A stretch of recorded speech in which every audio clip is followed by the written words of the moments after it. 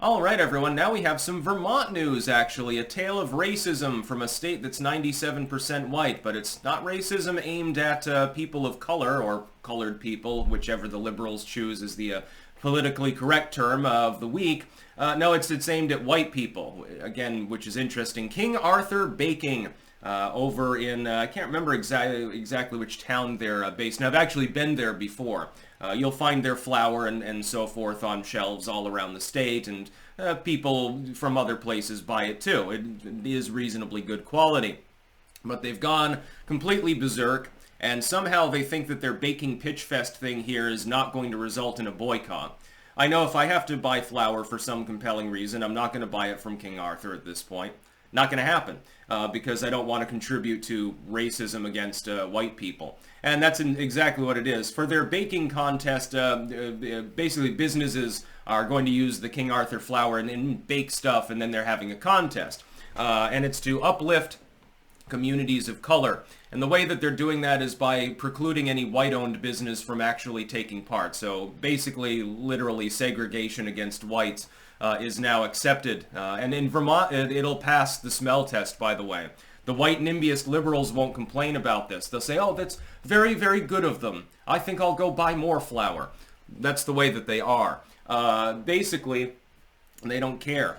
Because it'll look good on paper. It makes them feel better about themselves to have contributed absolutely nothing to race relations and actually damage them, but it looks woke on paper. We've seen this as a trend, by the way, with the left-wing movements lately anyway. So they're going to have their pitch fest, but no whitey need apply. No whites allowed. This is a safe space for the tiny minority of Vermonters that are non-white. Virtually all Vermonters are white. Just to be clear, it's like 97%, so I don't know. I mean, they're not going to take much of a hit in sales in a woke state like Vermont, but there are people from outside of the state that buy King Arthur flour. I'm seeing many calls for boycotting already. It's pissing people off.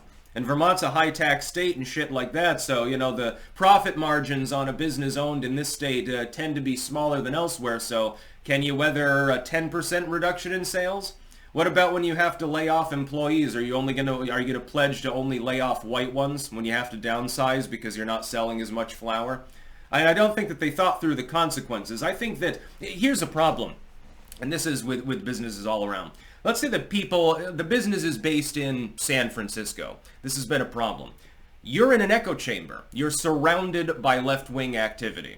You come to believe that that is the norm, therefore, so that out there everything is the same. It's sort of like if you use like one website.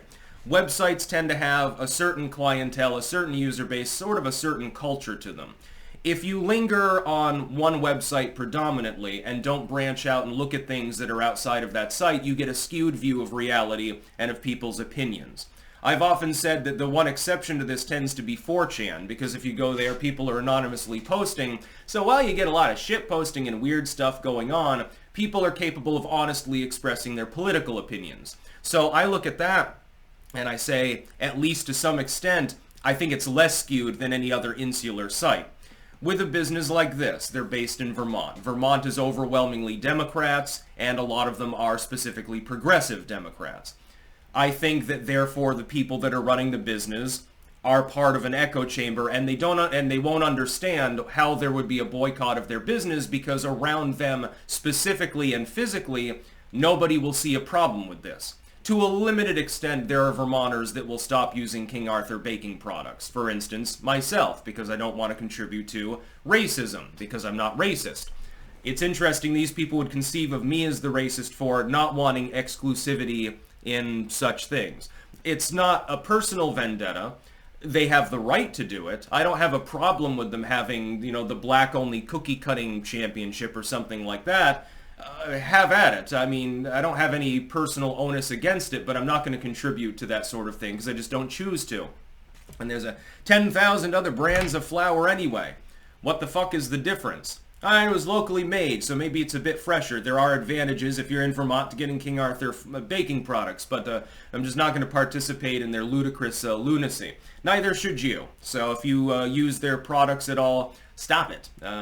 Stop it. Go get help. That would be my view. And I say this from, again, the belly of the beast. I'm in the middle of Vermont. I'm surrounded mainly by liberals if I leave Rutland County. Here it's more swing state. It's much more balanced. You go up to the Northeast Kingdom, you're going to find mainly rock-ribbed Republicans. They all fled up there or stayed in Rutland. Of course, Rutland's demographics are changing too. Mainly in a negative direction because we're just hemorrhaging population because so many people left because there were no jobs. And no jobs, rising crime, the old neighborhood doesn't look like the old neighborhood anymore. Bye.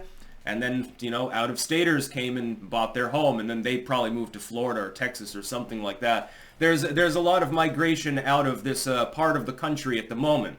I'd prefer to just go over to New Hampshire myself. Basically, you get Vermont with a lower cost of living, no sales tax, of course, and beach access. You live reasonably close to the beach, and take a half-hour drive and go take a weekend on Northampton. Yeah, I always liked the Windjammer there. That was the little hotel that we stayed at. It's convenient because it's literally like you walk across the road and one little strip of parking, and then you're at the beach. And it's right next to the area, it's right between Northampton, the rocky side, and the other side is the long sandy tourist beach. I preferred the rocky one for the tidal pools. You don't get that in Vermont, but you can get good flour.